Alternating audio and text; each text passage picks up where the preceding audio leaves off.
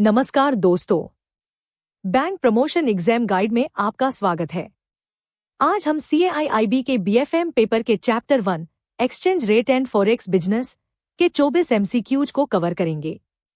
अगर आपने अच्छे से इन MCQs पर ध्यान दिया तो आपको बुक पढ़ने की जरूरत नहीं पड़ेगी। तो चलिए शुरू करते हैं। इस सवाल में हम ग्लोबल फॉरेन एक्सचेंज मार्केट के स्ट्रक्चर को समझेंगे। Read the following statements regarding the structure of the global foreign exchange market and the macroeconomic factors determining exchange rates. Identify the correct combination. 1. The global foreign exchange market is a decentralized, over-the-counter market operating without a single physical centralized clearinghouse. 2. According to the purchasing power parity theory, a significantly higher inflation rate in India relative to the United States will typically lead to the appreciation of the Indian rupee against the US dollar over the long term. 3. An aggressive increase in the benchmark domestic interest rate by the Reserve Bank of India generally attracts foreign capital inflows, leading to a short-term appreciation of the domestic currency. Option A. Only statements 1 and 2 are correct. Option B. Only statements 1 and 3 are correct. Option C. Only statements 2 and 3 are correct. Option D. All statements 1, 2, and 3 are correct.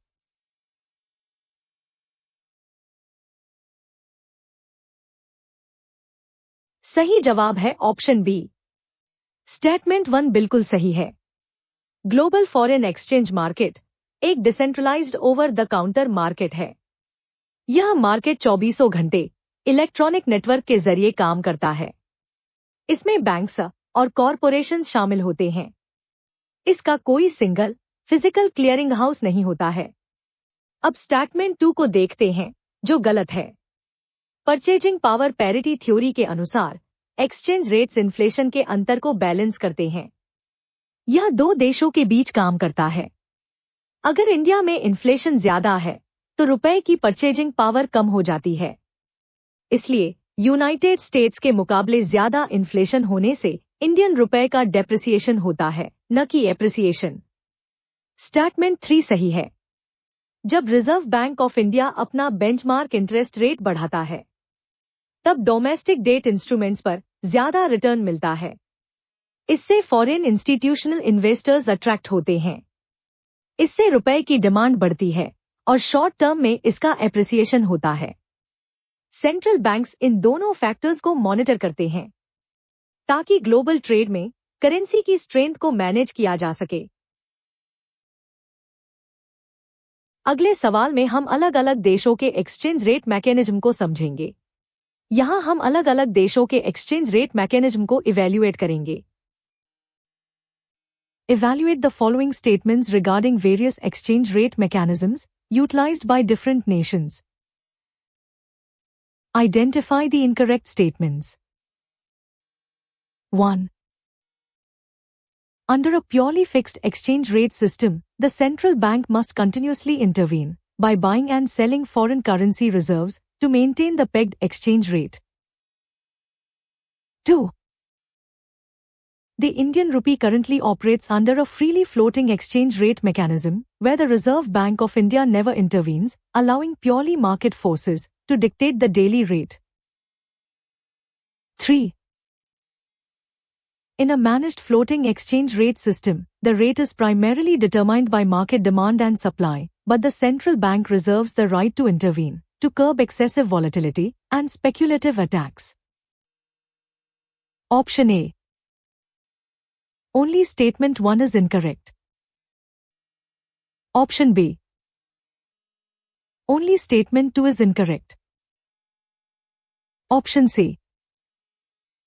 Only statements 2 and 3 are incorrect. Option D. Only statements 1 and 3 are incorrect.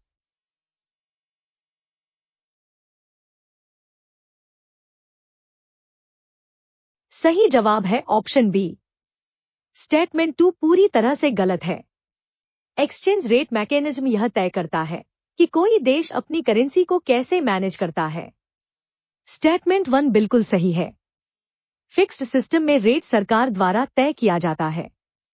इस rate को बनाए रखने के लिए central bank foreign exchange reserve का इस्तेमाल करता है।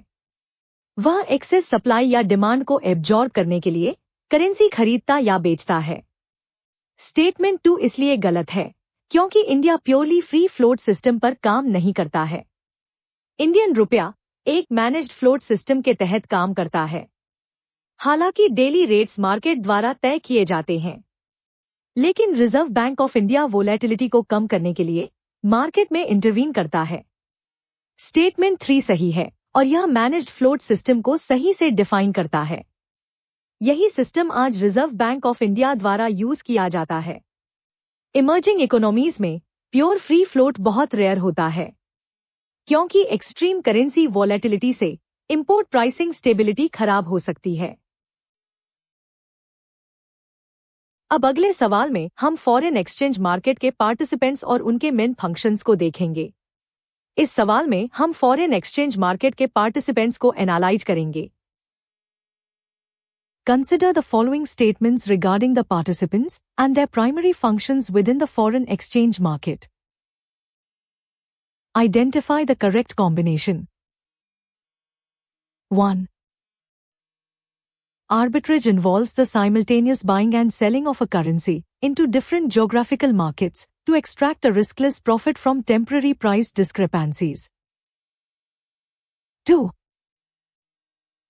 A corporate importer in India, entering into a forward contract to lock in the purchase price of US dollars for a payment due in 3 months, is engaging purely in speculative activity. 3. Market makers in the foreign exchange market provide continuous liquidity by quoting a two-way price, which comprises a bid rate to buy and an ask rate to sell the currency. Option A. Only statements 1 and 2 are correct. Option B. Only statements 2 and 3 are correct. Option C. Only statements 1 and 3 are correct. Option D. All statements 1, 2, and 3 are correct.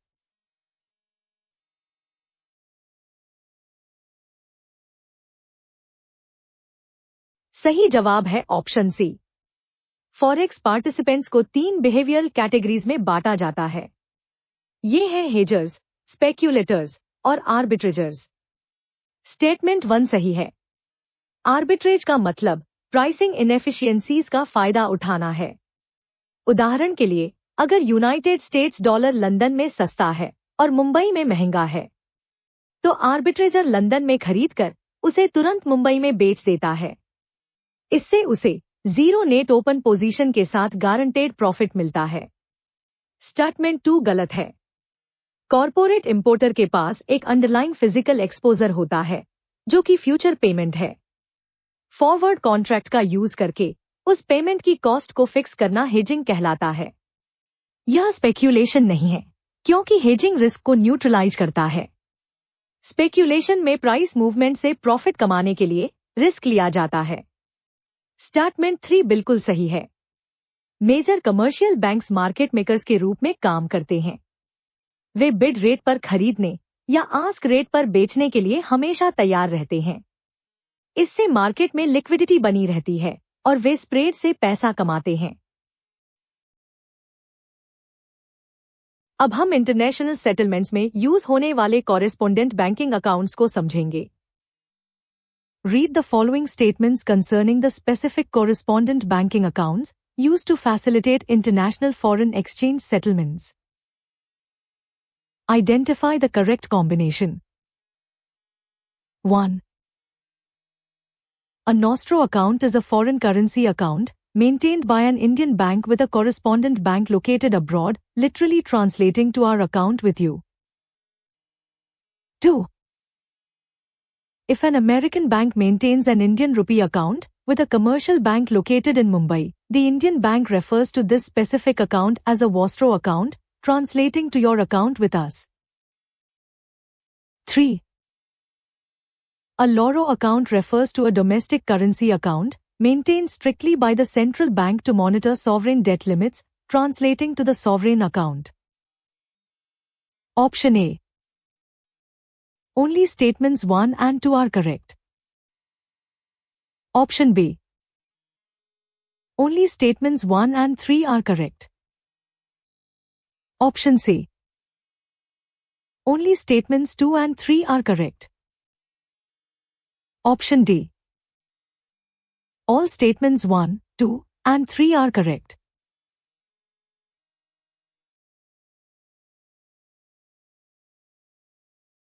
सही जवाब है option A. Statement 3 गलत है क्योंकि यह लोरो account को गलत तरीके से डिफाइन करता है। नॉस्ट्रो, वोस्ट्रो और लोरो कॉरेस्पोंडेंट बैंकिंग के लैटिन टर्म्स हैं। इंटरनेशनल वायर ट्रांसफर्स में कंफ्यूजन से बचने के लिए इनका यूज होता है। स्टेटमेंट 1 सही है।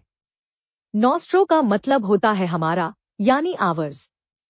उदाहरण के लिए स्टेट बैंक ऑफ इंडिया का न्यूयॉर्क के सिटी बैंक में यूनाइटेड स्टेट्स डॉलर अकाउंट है।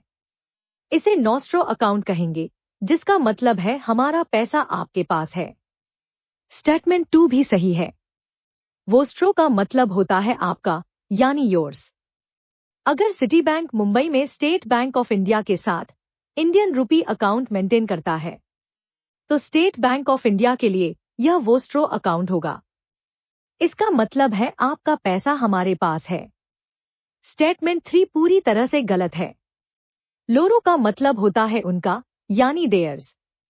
इसका सेंट्रल बैंक या सोवरेन डेट से कोई संबंध नहीं है। लोरो अकाउंट का यूज तब होता है जब कोई तीसरा बैंक किसी दूसरे बैंक के अकाउंट को रेफर करता है। ये टर्म्स वायर ट्रांसफर मैसेजेस को क्लियर रखने के लिए बहुत क्रिटिकल होते हैं। इस सवाल में हम फॉरेन एक्सचेंज ट्रांजैक्शंस की स्टैंडर्ड वैल्यू डेट्स को देखेंगे। Analyze the following statements regarding the standard value dates applied to foreign exchange transactions. Identify the incorrect statements. 1. In a cash or ready foreign exchange transaction, the final settlement of funds takes place on the exact same working day the trade is executed. 2. A TOM transaction, which stands for tomorrow, dictates that the delivery of foreign exchange and the corresponding domestic currency payment will settle exactly 2 working days after the trade date. 3. A spot transaction is the standard convention in the interbank market, wherein the settlement occurs on the second working day, following the date of the primary transaction. Option A. Only statement 1 is incorrect. Option B. Only statement 2 is incorrect. Option C. Only statements 2 and 3 are incorrect. Option D. Only statements 1 and 3 are incorrect.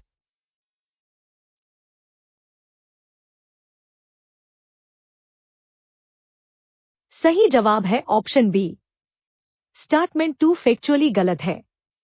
Foreign exchange arithmetic में value date व future date होती है जब funds exchange होते हैं। Statement 1 एक सही statement है। कैश या रेडी ट्रांजैक्शन का मतलब T+0 होता है। इसमें ट्रेड डेट और सेटलमेंट डेट बिल्कुल सेम होती है। स्टेटमेंट 2 एक गलत स्टेटमेंट है। टॉम ट्रांजैक्शन का मतलब T+1 होता है। इसमें सेटलमेंट ट्रेड डेट के ठीक अगले वर्किंग डे पर होता है, न कि 2 दिन बाद। स्टेटमेंट 3 एक सही स्टेटमेंट है। स्पॉट ट्रांजैक्शन इंटरबैंक मार्केट का स्टैंडर्ड बेंचमार्क रेट है। यह T+2 बेसिस पर काम करता है। इसका मतलब है कि सेटलमेंट ट्रेड के दूसरे वर्किंग डे पर होता है। अगर सेटलमेंट स्पॉट डेट से आगे जाता है, जैसे T+3, तो उसे फॉरवर्ड ट्रांजैक्शन कहा जाता है। T+2 convention global time zones में पेपरवर्क पूरा करने के लिए बनाया गया था। चलिए अब क्वेश्चन 1 से 5 तक का छोटा रिवीजन करते हैं। फॉरेक्स मार्केट एक ओवर द काउंटर और डिसेंट्रलाइज्ड नेटवर्क है। इंडिया का करेंसी सिस्टम एक मैनेज्ड फ्लोट मैकेनिज्म है। हेजर्स रिस्क को कम करने के लिए फॉरवर्ड कॉन्ट्रैक्ट्स का यूज करते हैं। नॉस्ट्रो अकाउंट का सीधा मतलब है हमारा पैसा आपके पास। स्पॉट ट्रांजैक्शंस हमेशा T+2 बेसिस पर सेटल किए जाते हैं। अगले सेट में हम फॉरेन एक्सचेंज डीलिंग रूम के ऑपरेशंस को डिस्कस करेंगे। इस सवाल में हम इंडियन फॉरेन एक्सचेंज मार्केट के कोटेशन मेथड्स और रेगुलेटरी गाइडलाइंस को समझेंगे। Consider the following statements detailing the quotation methods and regulatory guidelines in the Indian foreign exchange market. Identify the correct combination. 1. Under the direct method of quotation, a fixed unit of the foreign currency is expressed in terms of variable units of the domestic currency. 2. The Foreign Exchange Dealers Association of India is a self-regulatory body that formulates operational guidelines for authorized dealers, including rules regarding merchant transactions and standard exchange margins. 3. When an authorized dealer bank quotes a two-way price to a customer, the bid rate always represents the higher price at which the bank is willing to sell the foreign currency to the customer. Option A. Only statements 1 and 2 are correct. Option B. Only statements 2 and 3 are correct. Option C. Only statements 1 and 3 are correct. Option D. All statements 1, 2, and 3 are correct.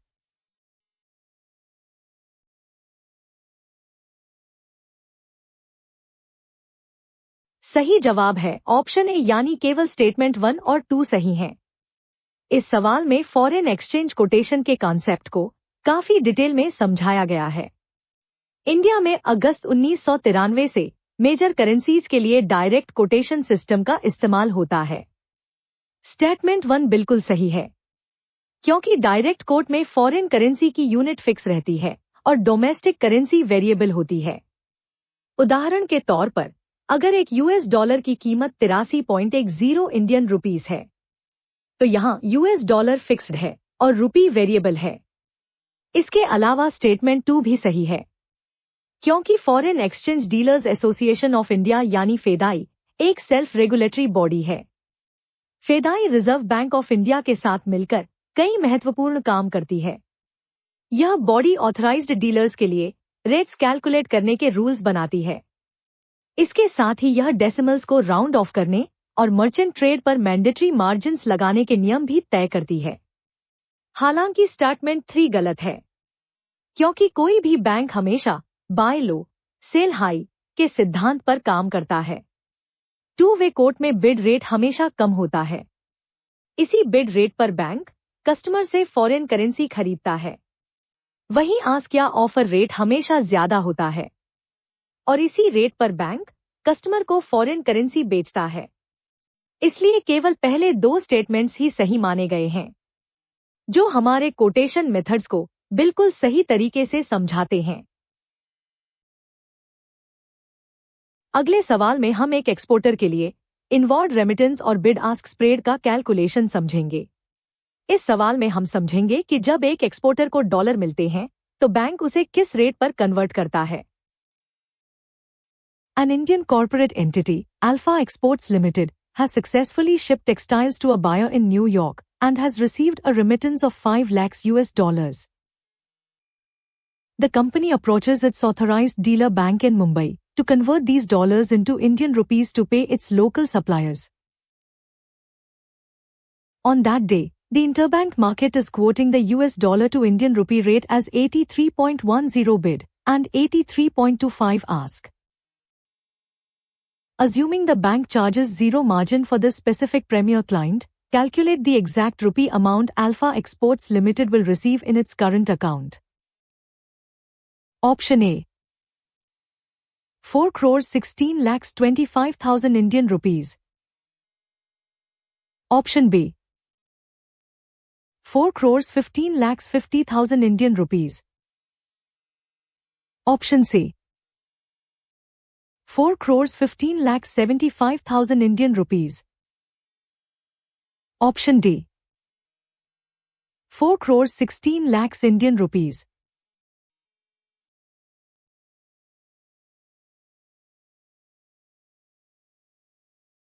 सही जवाब है option B यानी exporter को ठीक 4 करोड़ 15 लाख 50 हजार Indian rupees मिलेंगे। इस scenario में हम बैंक के नजरिए से बिड आस्क स्प्रेड का एप्लीकेशन टेस्ट कर रहे हैं। यहां सबसे बड़ा रूल यह है कि बैंक हमेशा अपने फायदे के लिए काम करता है। सबसे पहले हमें ट्रांजैक्शन फ्लो को अच्छे से समझना होगा। इस केस में एक्सपोर्टर के पास यूएस डॉलर्स हैं और उसे इंडियन रुपीस की सख्त जरूरत है। इसका सीधा मतलब है कि एक्सपोर्टर को अपने यूएस डॉलर्स बेचने होंगे। अब अगर एक्सपोर्टर सेल कर रहा है तो जाहिर है कि बैंक उन यूएस डॉलर्स को खरीद रहा है। इसके बाद हमें सही रेट चुनना होता है। मार्केट में टू वे कोट हमेशा बिड और आस्क के रूप में लिखा जाता है। यहां कोट 83.10 बिड और 83.25 आस्क दिया गया है। बैंक हमेशा कम रेट पर खरीदता है जिसे हम बिड रेट कहते हैं, और बैंक हमेशा ज्यादा रेट पर बेचता है जिसे हम आस्क रेट कहते हैं। इसलिए बैंक एक्सपोर्टर के डॉलर्स को 83.10 के बिड रेट पर खरीदेगा। अब अगर हम कैलकुलेशन करें तो 5 लाख यूएस डॉलर्स को 83.10 से मल्टीप्लाई करना होगा। इससे हमें 4 करोड़ 15 लाख 50 हजार इंडियन रुपीस की फिगर मिलेगी। ऑप्शन ए पूरी तरह गलत है क्योंकि उसमें 83.25 के आस्क रेट का इस्तेमाल किया गया है। अगर बैंक आस्क रेट पर डॉलर्स खरीदेगा तो उसे सीधा नुकसान उठाना पड़ेगा। इसलिए हमेशा याद रखें कि बैंक के बाइंग रेट को ही कंसीडर किया जाता है। अगले सवाल में हम समझेंगे कि जब डायरेक्ट कोट उपलब्ध नहीं होता है तो क्रॉस रेट कैसे कैलकुलेट किया जाता है। इस सवाल में हम क्रॉस रेट कैलकुलेशन के जरिए एक इंपोर्टर के लिए टोटल रुपी आउटफ्लो का पता लगाएंगे। A manufacturing firm in Pune, India, needs to urgently remit 100,000 euros to a machinery supplier in Germany.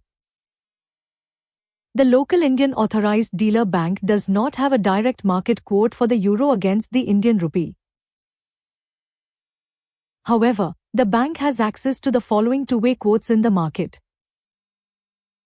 US dollar to Indian rupee is 83.00 bid and 83.10 ask. Euro to US dollar is 1.0800 bid and 1.0820 ask. Calculate the exact total outflow in Indian rupees for the manufacturing firm to purchase the required 1 lakh euros. Option A. 89 lakhs 64,000 Indian rupees. Option B. 89 lakhs 74,800 Indian rupees. Option C.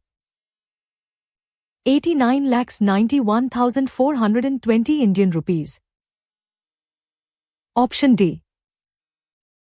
89 lakhs 82,600 Indian rupees.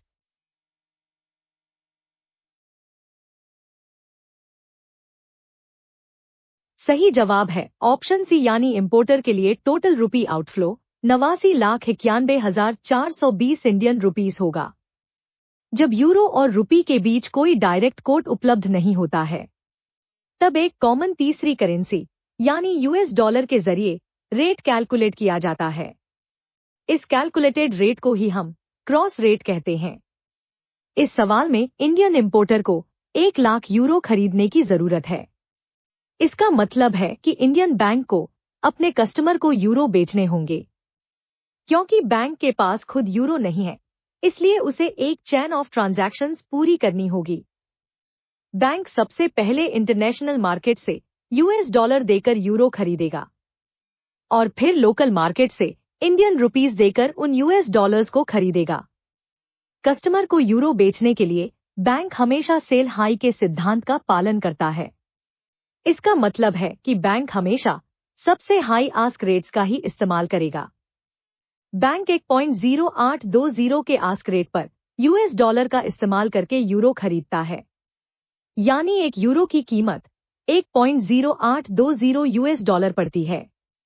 इसके बाद bank 83.10 के ask rate पर Indian rupees देकर US dollars खरीदता है। इसका सीधा मतलब है कि एक यूएस डॉलर की कीमत 83.10 इंडियन रुपीस है। अब फाइनल क्रॉस रेट निकालने के लिए हमें दोनों आस्क रेट्स को मल्टीप्लाई करना होगा। जब हम 1.0820 को 83.10 से मल्टीप्लाई करते हैं तो हमें 89.9142 का फाइनल क्रॉस रेट मिलता है। अंत में हम 1,00,000 यूरो को इस क्रॉस रेट से मल्टीप्लाई करेंगे, जिससे हमें 89,91,420 इंडियन रुपीस का एग्जैक्ट आउटफ्लो मिल जाएगा। अगले सवाल में हम एक बैंक के फॉरेन एक्सचेंज डीलिंग रूम की इंटरनल स्ट्रक्चरल वर्किंग को गहराई से समझेंगे। इस सवाल में हम बैंक के फॉरेन एक्सचेंज डीलिंग रूम के फ्रंट, मिड और बैक ऑफिस की जिम्मेदारी को देखेंगे। Evaluate the following statements regarding the structural segregation of duties within a standard foreign exchange dealing room of a commercial bank. Identify the correct combination. 1. The front office is exclusively responsible for actively trading currencies, interacting with brokers, and initiating foreign exchange positions to generate trading profits. 2. The mid-office functions as an independent risk management unit, strictly monitoring the dealer's adherence to internal limits and evaluating the overall market risk of the bank open positions. 3.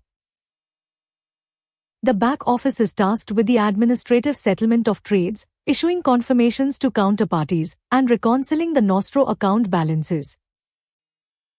Option A. Only statements 1 and 2 are correct. Option B. Only statements 2 and 3 are correct. Option C.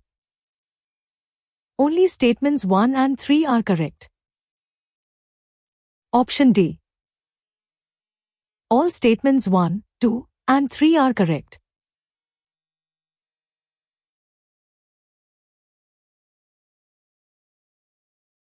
सही जवाब है option D, यानी तीनों statements बिल्कुल सही हैं। यह सवाल फॉरेक्स ट्रेजरी में ड्यूटीज के अनिवार्य बंटवारे को बहुत अच्छे से समझाता है। डीलिंग रूम एक सेंट्रलाइज्ड ट्रेजरी हब होता है। यहीं से कोई भी बैंक अपने डोमेस्टिक और इंटरनेशनल फाइनेंशियल मार्केट ट्रांजैक्शंस को कंट्रोल करता है। स्टेटमेंट 1 बिल्कुल सही है, क्योंकि फ्रंट ऑफिस में एक्चुअल डीलर्स काम करते हैं जो बैंक के लिए रेवेन्यू जनरेट करते हैं। ये डीलर्स सीधा इंटरबैंक मार्केट में करेंसीज को खरीदने और बेचने का काम करते हैं। इसके बाद आता है स्टेटमेंट 2, जो पूरी तरह से सही है। मिड ऑफिस बैंक के अंदर एक इंटरनल पुलिस की तरह काम करता है। फ्रंट ऑफिस के डीलर्स पर नजर रखने के लिए मिड ऑफिस एकदम इंडिपेंडेंट तरीके से काम करता है। यह डिपार्टमेंट इंश्योर करता है कि कोई भी डीलर अपनी फाइनेंशियल लिमिट्स को क्रॉस ना करे।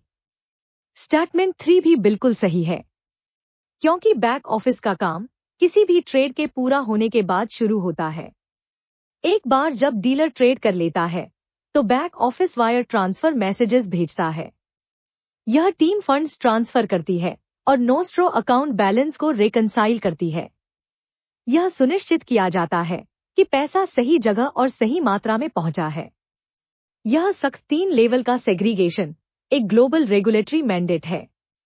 इसका मुख्य उद्देश्य बैंक में फ्रॉड, ऑपरेशनल एरर्स और अनधिकृत रिस्क टेकिंग को रोकना है। इससे यह पक्का होता है कि जो व्यक्ति ट्रेड एग्जीक्यूट कर रहा है वह उसे सेटल या छिपा नहीं सकता। इस सवाल में हम फॉरेन एक्सचेंज डीलर्स की रिस्क मैनेजमेंट लिमिट्स और ओपन पोजीशन के रूल्स को एनालाइज करेंगे। Read the following statements concerning the risk management limits imposed on foreign exchange dealers by a bank internal policies and regulatory guidelines. Identify the incorrect statements. 1. A daylight open position limit restricts the maximum unhedged foreign currency exposure a dealer is permitted to hold at any given point during active trading hours. 2. An overnight open position limit is generally much larger than a daylight limit, because holding unhedged positions across different time zones overnight carries significantly less risk. 3. If a dealer buys 50 lakhs US dollars and simultaneously sells 500,000 US dollars for the exact same value date, their net open position for that specific currency becomes 0. Option A. Only statement 1 is incorrect. Option B. Only statement 2 is incorrect. Option C. Only statements 2 and 3 are incorrect. Option D. Only statements 1 and 3 are incorrect.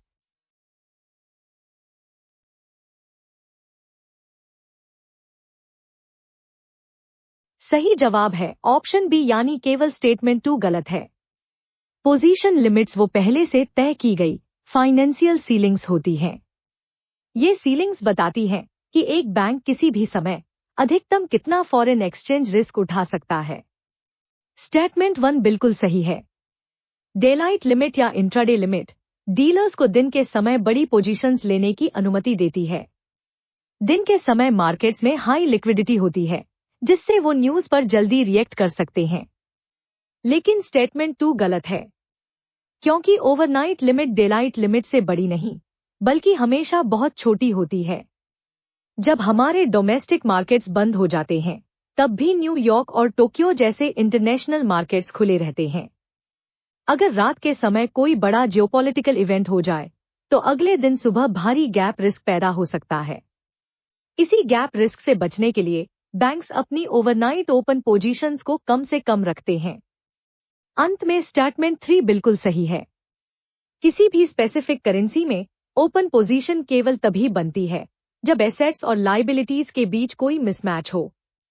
Assets का मतलब purchase और liabilities का मतलब sales होता है। जब कोई dealer buying और सेलिंग को परफेक्टली मैच कर देता है, तो एक स्क्वायर पोजीशन बन जाती है, और इस स्क्वायर पोजीशन से सारा मार्केट रिस्क अपने आप न्यूट्रलाइज हो जाता है। चलिए अब क्वेश्चन 6 से 10 तक का छोटा रिवीजन करते हैं। डायरेक्ट कोटेशन में फॉरेन करेंसी फिक्स और डोमेस्टिक करेंसी हमेशा वेरिएबल होती है। टू वे एक्सचेंज कोर्ट में बैंक हमेशा बाय लो सेल हाई के नियम पर चलता है। जब डायरेक्ट रेट नहीं होता है, तो यूएस डॉलर के जरिए क्रॉस रेट निकाला जाता है। ऑपरेशनल रिस्क कम करने के लिए डीलिंग रूम्स में ड्यूटीज का स्ट्रिक्ट सेग्रीगेशन बहुत जरूरी है। ग्लोबल गैप रिस्क से बचने के लिए ओवरनाइट लिमिट हमेशा डेलाइट लिमिट से छोटी होती है। अगले सवाल में हम लिबोर के ट्रांजिशन और नए अल्टरनेटिव रेफरेंस रेट्स के कॉन्सेप्ट को डिटेल में समझेंगे। इस सवाल में हम फॉरेन एक्सचेंज ऑपरेशंस के ट्रेडिंग लिमिट्स को समझेंगे। Consider the following statements regarding the specific trading limits established to control operational and market risks in foreign exchange operations. Identify the correct combination. 1. A deal size limit dictates the maximum quantum of foreign exchange a dealer is authorized to buy or sell in a single, individual transaction with a counterparty. 2.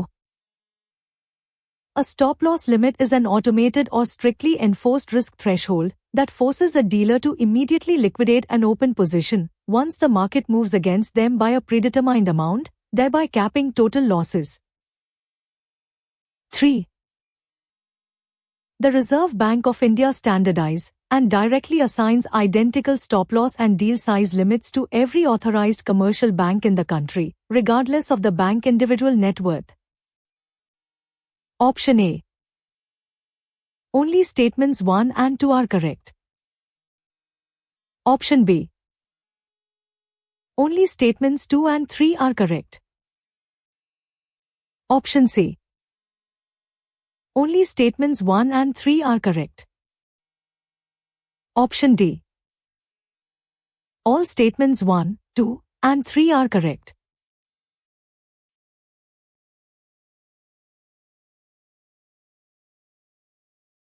सही जवाब है option A, यानी केवल statement 1 और 2 सही हैं। Trading limits जैसे deal size और स्टॉप लॉस इंडिविजुअल ट्रेडर्स के लिए माइक्रो लेवल कंट्रोल होते हैं। इनका मुख्य उद्देश्य किसी एक गलत या अत्यधिक स्पेक्यूलेटिव ट्रेड से होने वाले भारी नुकसान को रोकना है। स्टेटमेंट 1 बिल्कुल सही है। डील साइज लिमिट यह सुनिश्चित करती है कि कोई जूनियर ट्रेडर गलती से या जानबूझकर कोई बहुत बड़ा ट्रांजैक्शन न कर दे जिससे बैंक की लिक्विडिटी खतरे में पड़ जाए। इसी तरह स्टेटमेंट 2 भी सही है।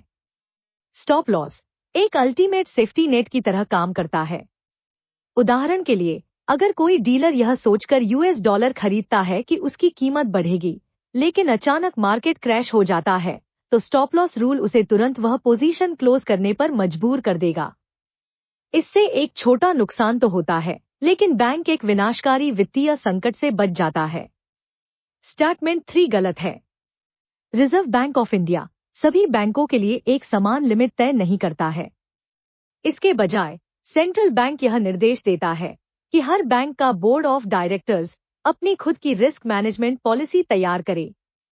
ये लिमिट्स हर बैंक के कैपिटल बेस, रिस्क लेने की क्षमता और उनके डीलर्स के एक्सपीरियंस लेवल के आधार पर कस्टम टेलर्ड होती हैं। अगले सवाल में हम फॉरेन एक्सचेंज मैनेजमेंट एक्ट के तहत ऑथोराइज्ड डीलर्स की कैटेगरीज को समझेंगे।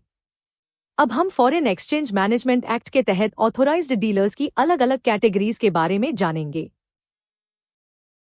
Analyze the following statements, classifying the authorized dealers appointed under the Foreign Exchange Management Act in India. Identify the correct and incorrect combinations. 1. Category I authorized dealers comprise major commercial banks and state cooperative banks that are permitted to handle all current and capital account foreign exchange transactions. 2. Full-fledged money changers are categorized as Category 3 dealers and are restricted purely to the purchase and sale of foreign currency notes and traveler checks for private and business travel. 3. Category 2 authorized dealers include upgraded full-fledged money changers and regional rural banks that are permitted to undertake specified non-trade related current account transactions. Option A. Only statements 1 and 2 are correct. Option B. Only statements 2 and 3 are correct. Option C. Only statements 1 and 3 are correct. Option D. All statements 1, 2, and 3 are correct.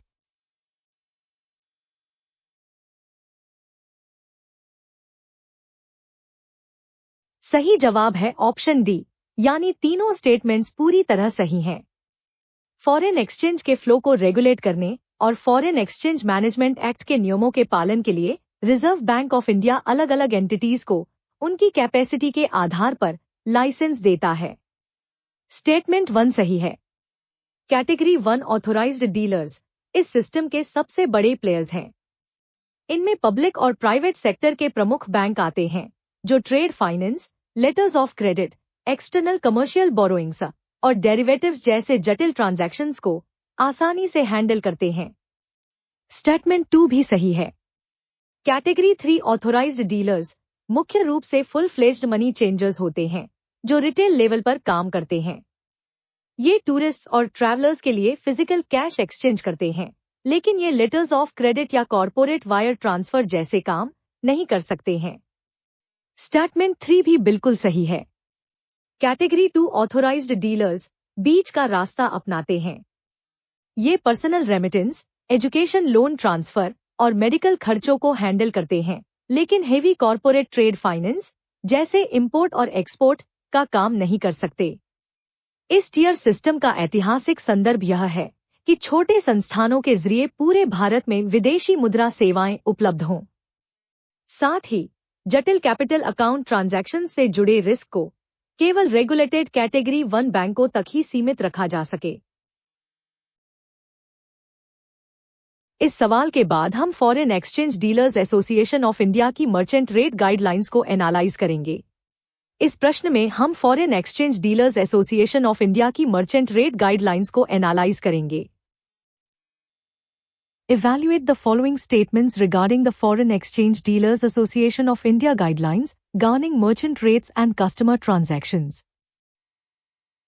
Identify the incorrect statements. 1. When quoting a final merchant rate to a customer, the authorized dealer must round off the calculated rupee equivalent rate to the nearest multiple of 0.0025. 2. Authorized dealers base their merchant quotations on the prevailing interbank rate and then apply an exchange margin to cover administrative costs and generate a profit. 3. The Foreign Exchange Dealers Association of India strictly dictates the exact uniform exchange margin percentage that every bank must charge its corporate customers, completely eliminating price competition between banks. Option A.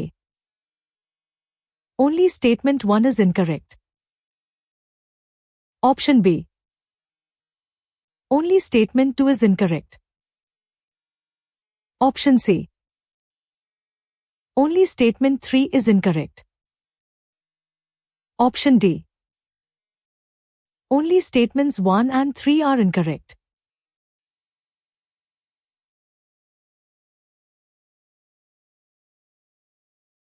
सही जवाब है option C, क्योंकि केवल statement 3 गलत है।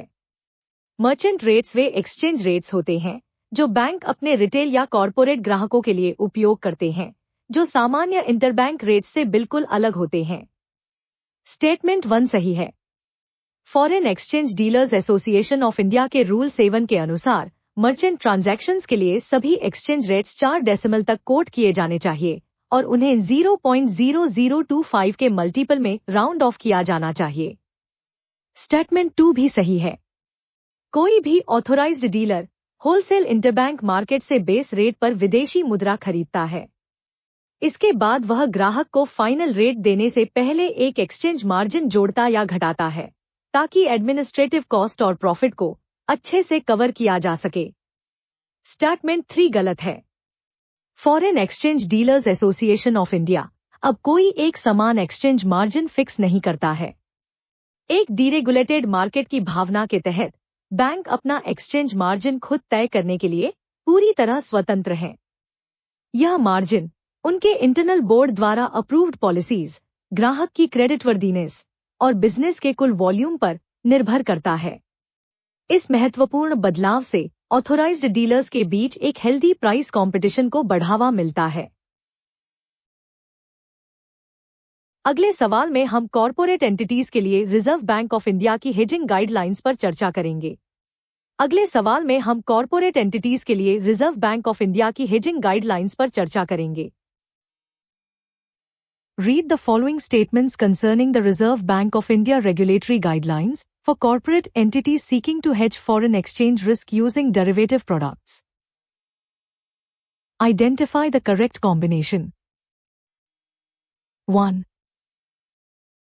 Indian corporate entities are strictly prohibited from entering into over-the-counter currency derivative contracts purely for speculative purposes, and every transaction must be backed by an underlying exposure. 2. A corporate importer can book a forward contract based on past performance limits, meaning they can hedge an anticipated future import, even if the specific customs documents for that exact transaction are not yet in hand.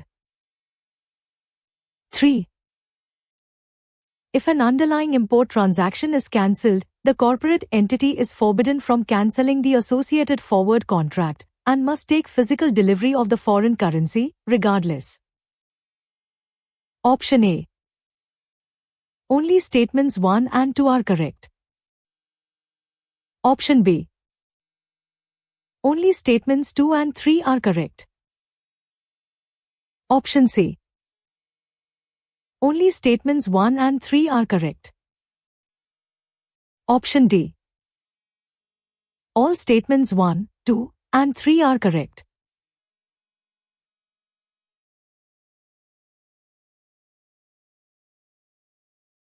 सही जवाब है option A, क्योंकि statement 3 operational रूप से पूरी तरह गलत है।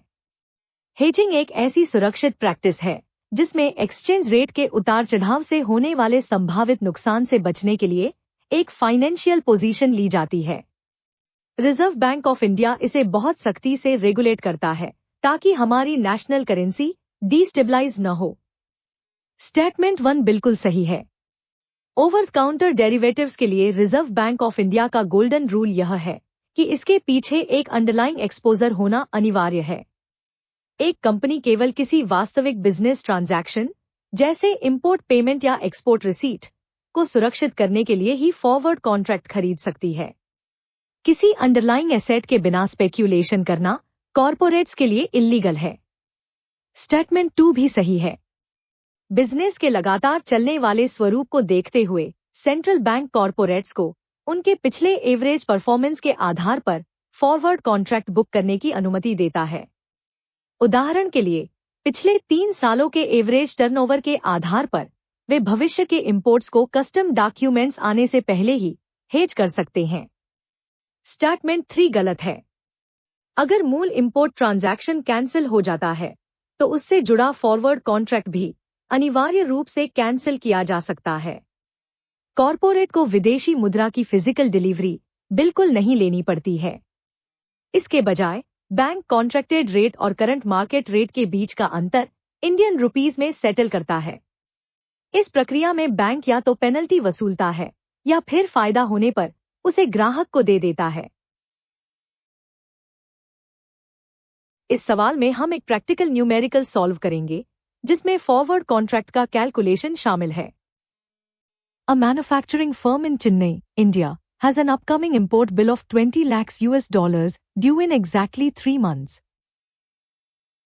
To protect against the potential depreciation of the Indian rupee, the firm approaches its authorized dealer to book a forward contract. The ongoing interbank spot selling rate, or ask rate, for the US dollar is 83.20 Indian rupees. The interbank 3-month forward premium is currently quoted at 0.30 Indian rupees. The bank internal policy dictates charging a merchant exchange margin of 0.05 Indian rupees per US dollar on the final forward rate to the customer. Calculate the exact total final outflow in Indian rupees for this manufacturing firm on the settlement date. Option A. 16 crores 64 lakhs Indian rupees. Option B. 16 crores 70 lakhs Indian rupees. Option C. 16 crores 71 lakhs Indian rupees. Option D. 16 crores 69 lakhs Indian rupees.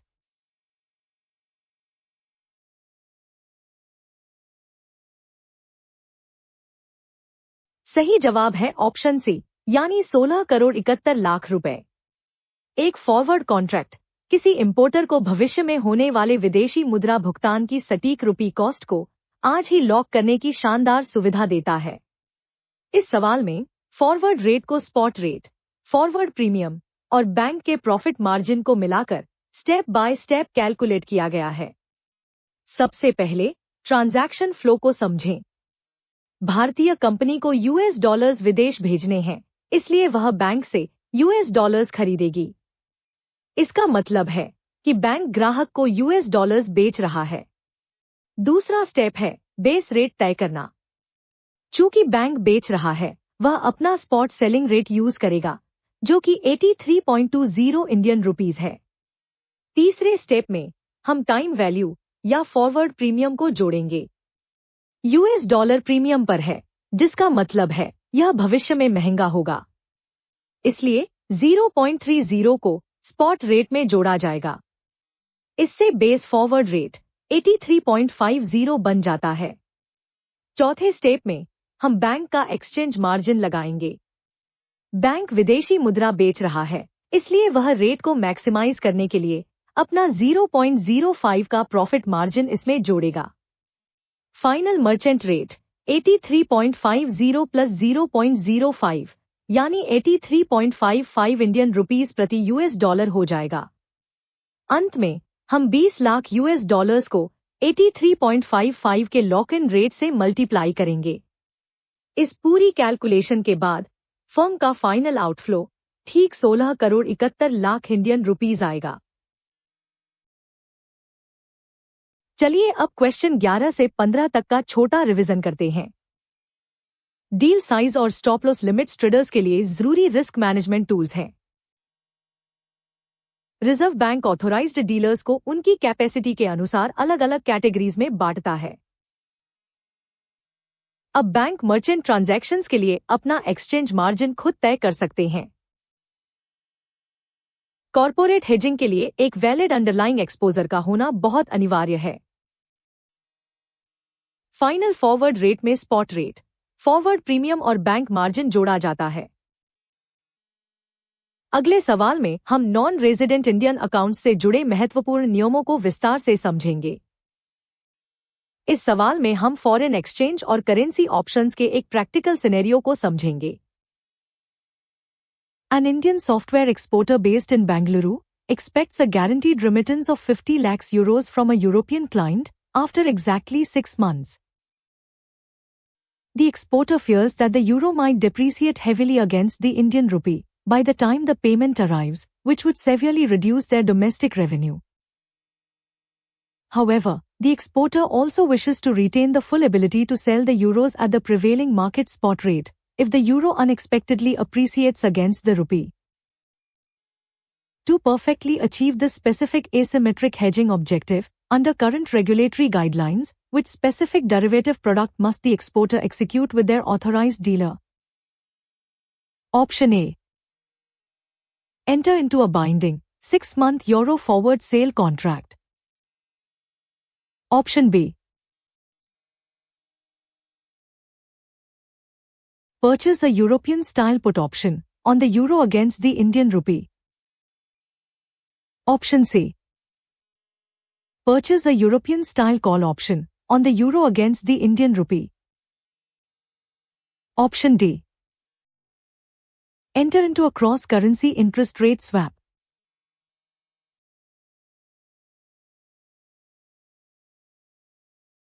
सही जवाब है option B, यानी purchase a European style put option on the euro against the Indian rupee.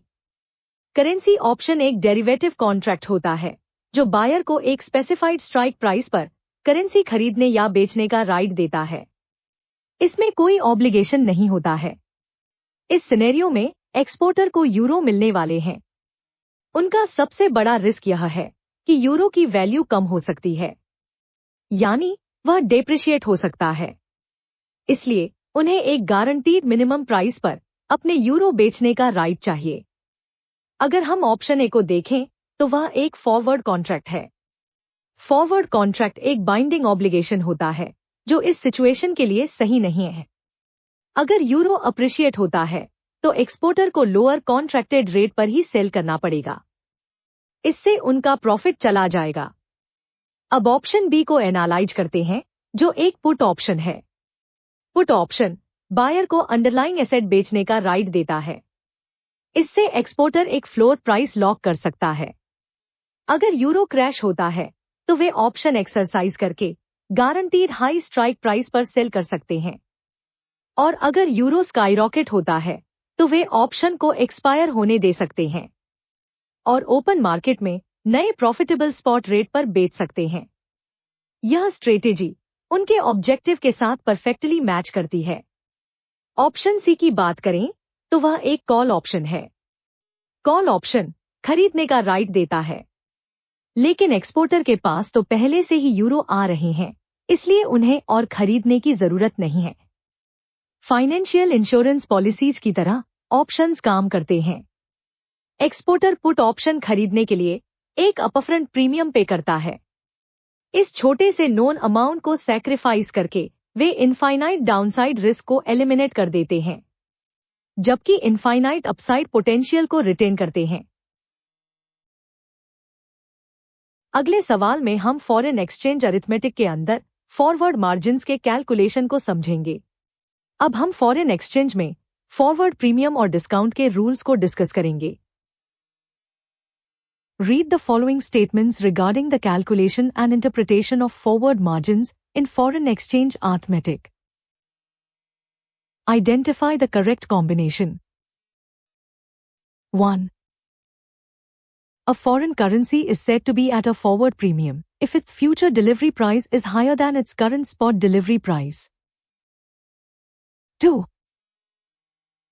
The annualized forward premium percentage is calculated by dividing the forward margin by the spot rate, then multiplying the result by 12 over the number of forward months, and finally multiplying by 100. 3. If the spot rate for the US dollar against the Indian rupee is 83.00 and the 1-month forward rate is 82.50, the US dollar is mathematically quoting at a forward premium. Option A. Only statements 1 and 2 are correct. Option B. Only statements 2 and 3 are correct. Option C. Only statements 1 and 3 are correct. Option D. All statements 1, 2, and 3 are correct.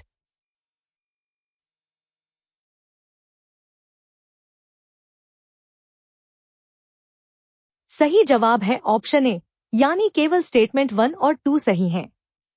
Forward margin असल में spot exchange rate और forward exchange rate के बीच का difference होता है। यह दोनों currencies के बीच के इंटरेस्ट रेट डिफरेंशियल को रिफ्लेक्ट करता है।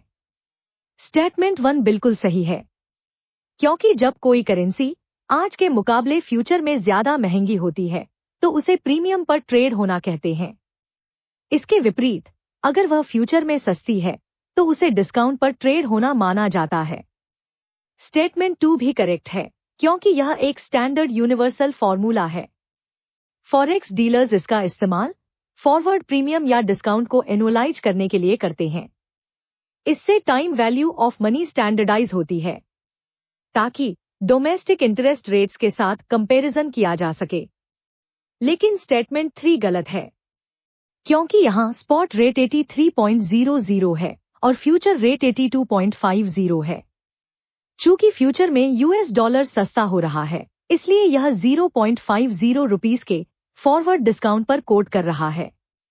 यहां प्रीमियम नहीं होगा। हिस्टोरिकल कॉन्टेक्स्ट के अनुसार इंटरेस्ट रेट पैरिटी थ्योरी यहां अप्लाई होती है।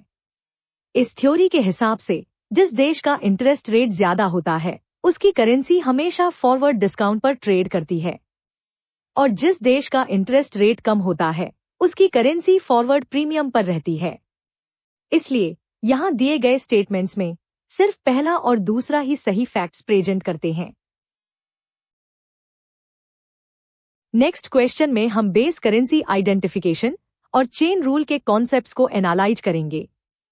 इस सवाल में हम फॉरेक्स कोटेशंस और चेन रूल के स्ट्रक्चरल नुएंसेस को समझेंगे। Evaluate the following statements regarding the structural nuances of foreign exchange arithmetic and base currency identification. Identify the correct combination. 1. In the interbank quotation where 1 euro equals 1.10 US dollars, the euro functions as the base currency and the US dollar functions as the variable or quote currency. 2. Under the direct quotation method utilized by the Reserve Bank of India, a numerical decrease in the US dollar to Indian rupee exchange rate figure indicates a depreciation of the Indian rupee. 3. When calculating cross rates through a common third currency, the chain rule principle dictates equating the product of the left-hand side variables to the product of the right-hand side variables. Option A. Only statements 1 and 2 are correct. Option B. Only statements 1 and 3 are correct. Option C. Only statements 2 and 3 are correct. Option D. All statements 1, 2, and 3 are correct.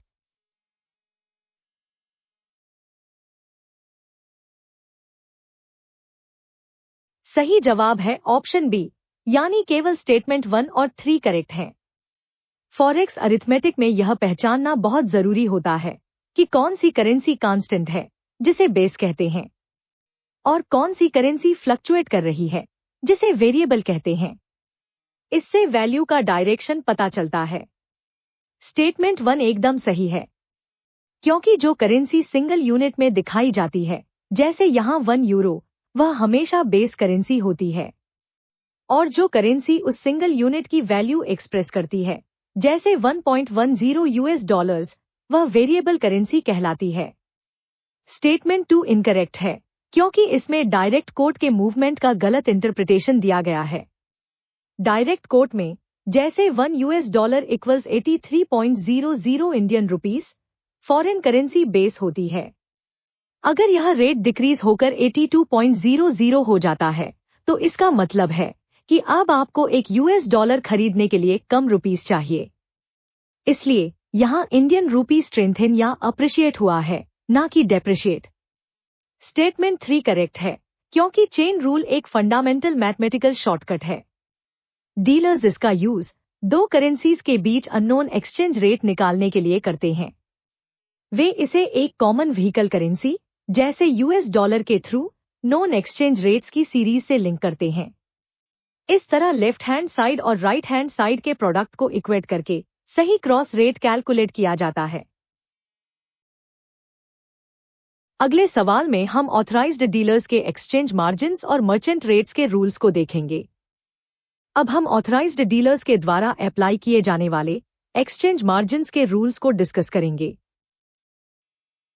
Consider the following statements regarding the foundational rules authorized dealers must follow when applying exchange margins to base interbank rates. Identify the correct combination. 1. The primary objective of an authorized dealer in foreign exchange is to buy foreign currency at the lowest possible rate and sell it at the highest possible rate to maximize their gross profit spread. 2. To compute a final merchant buying rate for an exporter, the authorized dealer must strictly add their targeted profit margin to the base interbank spot buying rate. 3. To compute a final merchant selling rate for an importer, the authorized dealer must strictly add their targeted profit margin to the base interbank spot selling rate. Option A. Only statements 1 and 2 are correct. Option B. Only statements 2 and 3 are correct. Option C. Only statements 1 and 3 are correct. Option D. All statements 1, 2, and 3 are correct.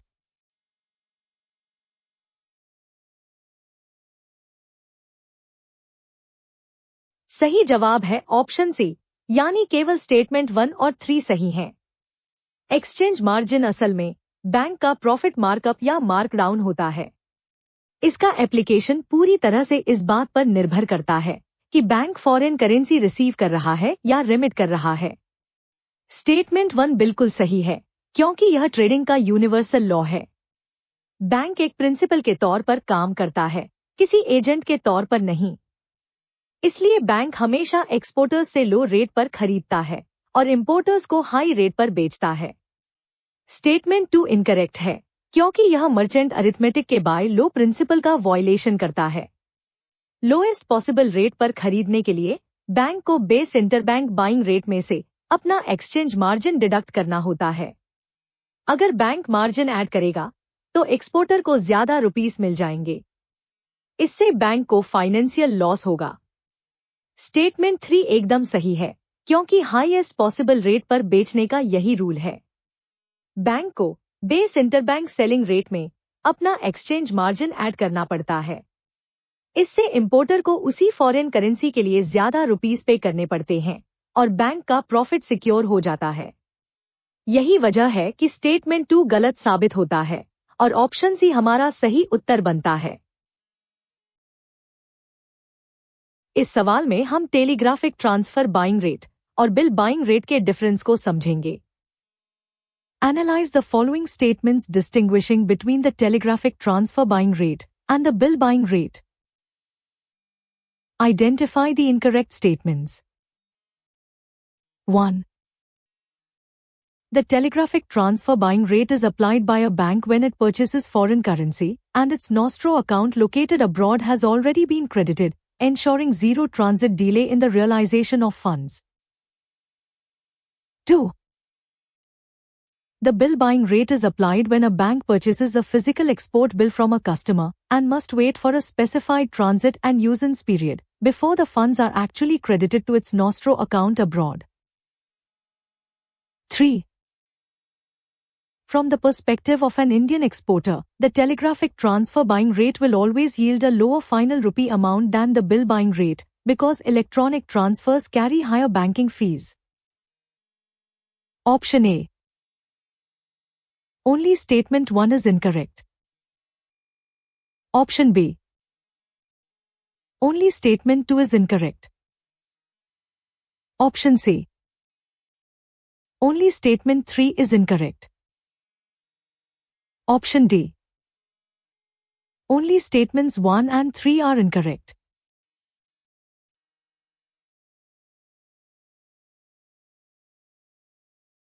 सही जवाब है option C, क्योंकि केवल statement 3 ही incorrect है। Buying rates को दो categories में split किया जाता है, जो पूरी तरह से टाइम वैल्यू ऑफ मनी पर बेस्ड होता है। यह इस बात पर भी डिपेंड करता है कि बैंक को फॉरेन करेंसी का एक्सेस कितनी जल्दी मिलता है। स्टेटमेंट 1 एकदम करेक्ट है, क्योंकि telegraphic transfer buying rate customer के लिए सबसे फेवरेबल होता है। यह क्लीन इनवर्ड वायर ट्रांसफर्स के लिए यूज होता है, जहां पैसा पहले से ही ओवरसीज नॉस्ट्रो अकाउंट में आ चुका होता है। इस सिचुएशन में बैंक को कोई भी इंटरेस्ट लॉस नहीं फेस करना पड़ता है। स्टेटमेंट 2 भी सही है, क्योंकि बिल बाइंग रेट तब अप्लाई होता है जब बैंक कस्टमर से फिजिकल एक्सपोर्ट बिल खरीदता है। बैंक एक्सपोर्टर को आज ही रुपीस पे कर देता है, लेकिन उसे फॉरेन करेंसी मिलने तक वेट करना पड़ता है। जब तक बिल अब्रॉड ट्रेवल करता है और फॉरेन बायर पे करता है, तब तक एक ट्रांजिट पीरियड क्रिएट हो जाता है। स्टेटमेंट 3 इनकरेक्ट है, क्योंकि बिल बाइंग सिनेरियो में बैंक को फंड्स रिसीव करने के लिए वेट करना पड़ता है।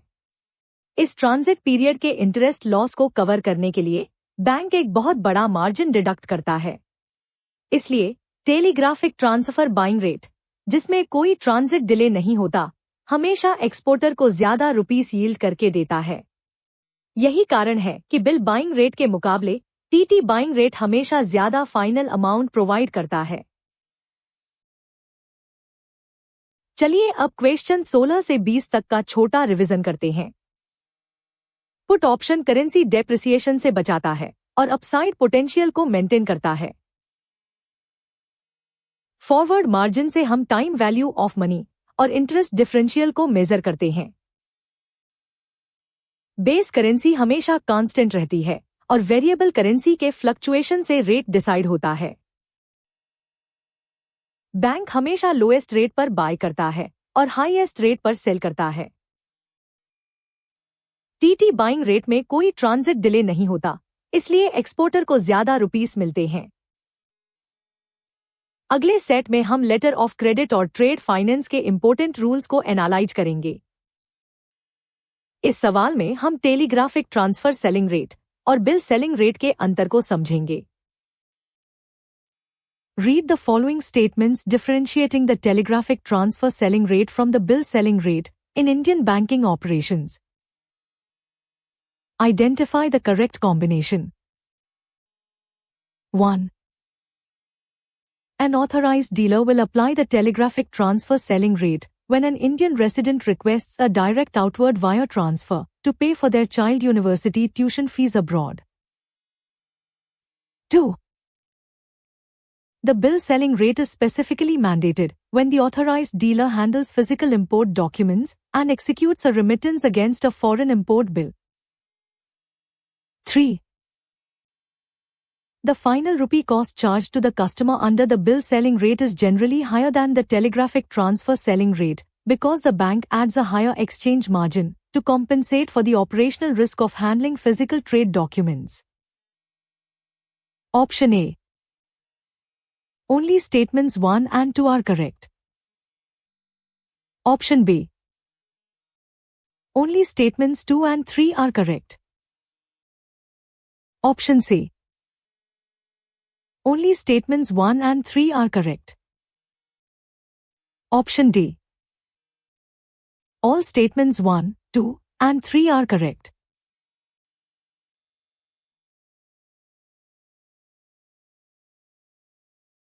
सही जवाब है ऑप्शन डी, यानी तीनों स्टेटमेंट्स बिल्कुल सही हैं।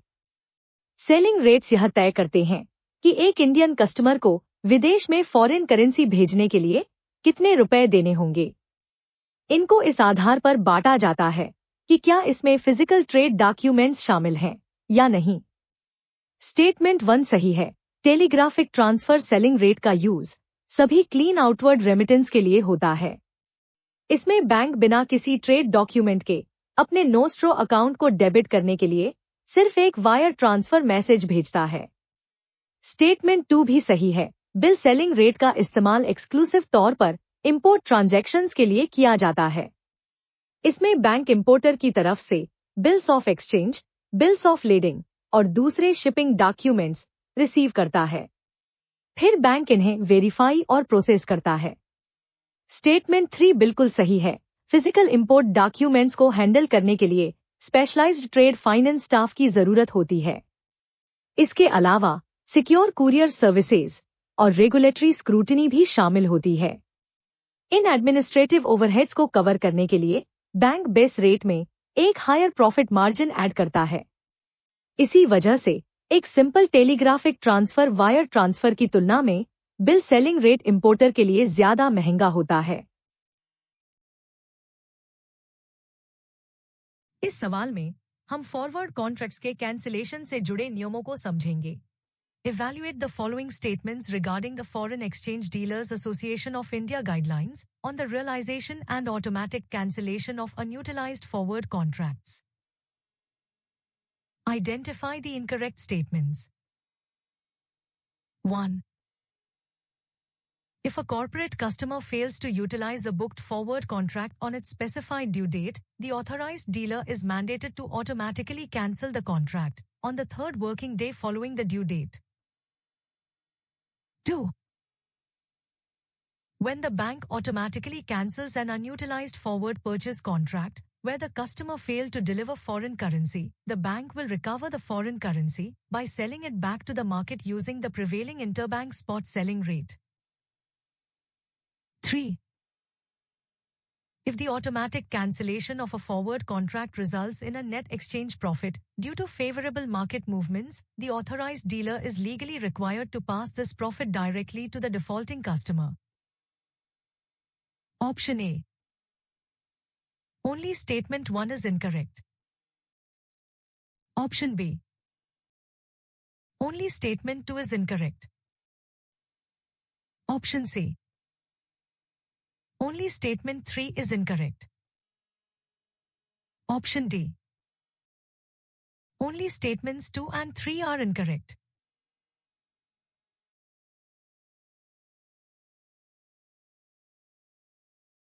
सही जवाब है ऑप्शन सी, क्योंकि सिर्फ स्टेटमेंट 3 गलत है। फॉरवर्ड कॉन्ट्रैक्ट्स लीगली बाइंडिंग होते हैं। अगर कोई कस्टमर इन्हें पूरा नहीं करता है तो बैंक को अपनी बुक्स बैलेंस करनी होती हैं। इसके लिए बैंक को लाइव मार्केट में पोजीशन रिवर्स करनी पड़ती है। इससे कैंसिलेशन गेन या लॉस होता है। स्टेटमेंट 1 सही है। रेगुलेटरी रूल्स के अनुसार बैंक ओवरड्यू फॉरवर्ड कॉन्ट्रैक्ट्स को हमेशा के लिए ओपन नहीं रख सकते। अगर कस्टमर कोई इंस्ट्रक्शन नहीं देता है तो मैच्योरिटी के बाद तीसरे वर्किंग डे पर कॉन्ट्रैक्ट ऑटोमेटिकली कैंसिल हो जाता है। स्टेटमेंट 2 सही है। फॉरवर्ड परचेज कॉन्ट्रैक्ट में बैंक ने कस्टमर से फॉरेन करेंसी खरीदने का एग्रीमेंट किया था। अगर कस्टमर डिफॉल्ट करता है तो बैंक के पास फॉरेन करेंसी की कमी हो जाती है। अपनी बुक्स बैलेंस करने के लिए बैंक को ओपन मार्केट से तुरंत वह करेंसी खरीदनी होती है और खुद को बेचनी होती है।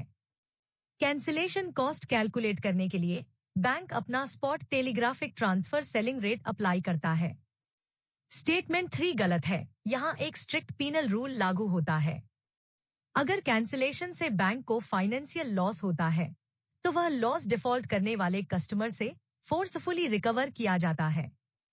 हालांकि अगर कैंसिलेशन से एक्सचेंज प्रॉफिट होता है तो वह प्रॉफिट बैंक अपने पास रख लेता है। यह प्रॉफिट किसी भी हालत में डिफॉल्ट करने वाले कस्टमर को नहीं दिया जाता है। यह रूल स्पेक्यूलेटिव डिफॉल्ट्स को रोकने के लिए एक डेटरेंट का काम करता है। अगले सवाल में हम टेलीग्राफिक ट्रांसफर बाइंग रेट के कैलकुलेशन को देखेंगे। इस सवाल में हम टेलीग्राफिक ट्रांसफर बाइंग रेट का एक प्रैक्टिकल कैलकुलेशन देखेंगे। An Indian software exporter based in Hyderabad receives a clean inward electronic remittance of $250,000 for services rendered. The authorized dealer bank verifies that its Nostro account in New York has already been fully credited with the funds. The ongoing interbank spot market is quoting the US dollar to Indian rupee rate as 83.20 bid and 83.35 ask. The bank internal policy requires the deduction of an exchange margin of 0.08 Indian rupees per US dollar for such premier clients. Calculate the exact final amount in Indian rupees that will be credited to the exporter current account today. Option A. 2,07,80,000 Indian rupees. Option B. 2,08 lakhs Indian rupees. Option C. 2,08,17,500 Indian rupees. Option D. 2,08,37,500 Indian rupees.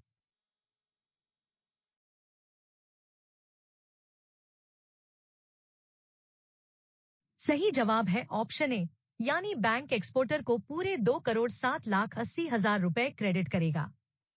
यह scenario telegraphic transfer buying rate के mechanical application को test करता है। इस rate का use तब होता है जब फंड्स पहले ही नोस्ट्रो अकाउंट में रियलाइज हो चुके हों। सबसे पहले ट्रांजैक्शन को आइडेंटिफाई करें। बैंक एक्सपोर्टर से यूएस डॉलर्स रिसीव कर रहा है। इसका मतलब है कि बैंक यूएस डॉलर्स खरीद रहा है। अब बेस रेट सेलेक्ट करें। 83.20 बिड और 83.35 आस्क के टू वे कोट में बैंक हमेशा लोअर बिड रेट पर खरीदता है, इसलिए बेस रेट 83.20 है। इसके बाद सही रेट टाइप डिसाइड करें। चूंकि नोस्ट्रो अकाउंट पहले ही क्रेडिट हो चुका है और इसमें कोई ट्रांजिट डिले नहीं है, इसलिए bank telegraphic transfer buying rate use करता है। अब एक्सचेंज मार्जिन अप्लाई करें। यहां गोल्डन रूल है, बाय लो। बाइंग रेट को कम करने के लिए बैंक को अपना मार्जिन घटाना होगा। Telegraphic transfer buying rate 83.20 minus 0.08 होता है। यह 83.12 इंडियन रुपए प्रति यूएस डॉलर के बराबर है। फाइनल कैलकुलेशन के लिए 2,50,000 यूएस डॉलर्स को 83.12 के रेट से मल्टीप्लाई करें। इससे 2,07,80,000 इंडियन रुपए का एग्जैक्ट पे आउट मिलता है। अगले सवाल में हम फिजिकल इंपोर्ट डॉक्यूमेंट्स और बिल सेलिंग रेट को समझेंगे। इस सवाल में हम बिल सेलिंग रेट का एक प्रैक्टिकल कैलकुलेशन देखेंगे। A heavy machinery manufacturer in Gujarat, India, approaches its authorized dealer to retire a physical import bill amounting to 1,50,000 euros. The bank must process the shipping documents and execute an outward remittance to the European supplier. The current interbank spot market quote for the euro against the Indian rupee is 90.50 bid and 90.75 ask. To cover the operational risks of handling import documents, the bank policy mandates adding an exchange margin of 0.15 Indian rupees per euro. Calculate the exact total outflow in Indian rupees required from the manufacturer to settle this import bill. Option A. 1,35,97,500 Indian rupees. Option B 1,36,12,500 Indian rupees. Option C 1,36,35,000 Indian rupees. Option D 1,35,75,000 Indian rupees.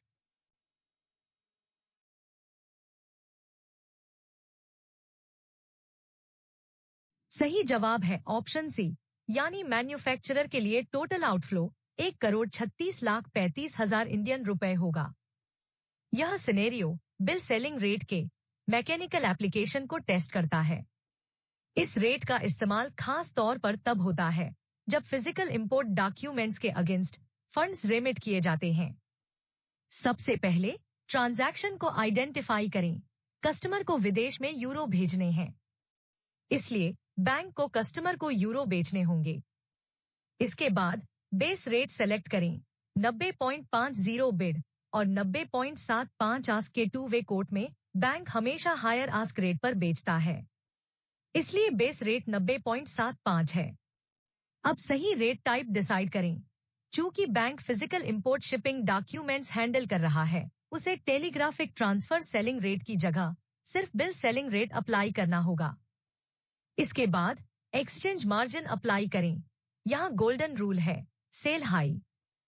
Selling rate को ज्यादा करने के लिए bank को अपना margin add करना होगा, इसलिए बिल सेलिंग रेट 90.75 प्लस 0.15 होगा। यह 90.90 इंडियन रुपए प्रति यूरो के बराबर है। फाइनल कैलकुलेशन के लिए 1,50,000 यूरो को 90.90 के रेट से मल्टीप्लाई करें। इससे 1,36,35,000 इंडियन रुपए का एग्जैक्ट आउटफ्लो निकलता है। दोस्तों, इस वीडियो को अंत तक देखने के लिए धन्यवाद।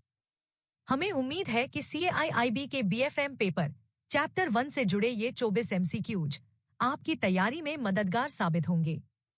अगर आपको यह वीडियो पसंद आया हो तो इसे लाइक करें और अपने दोस्तों के साथ शेयर करें।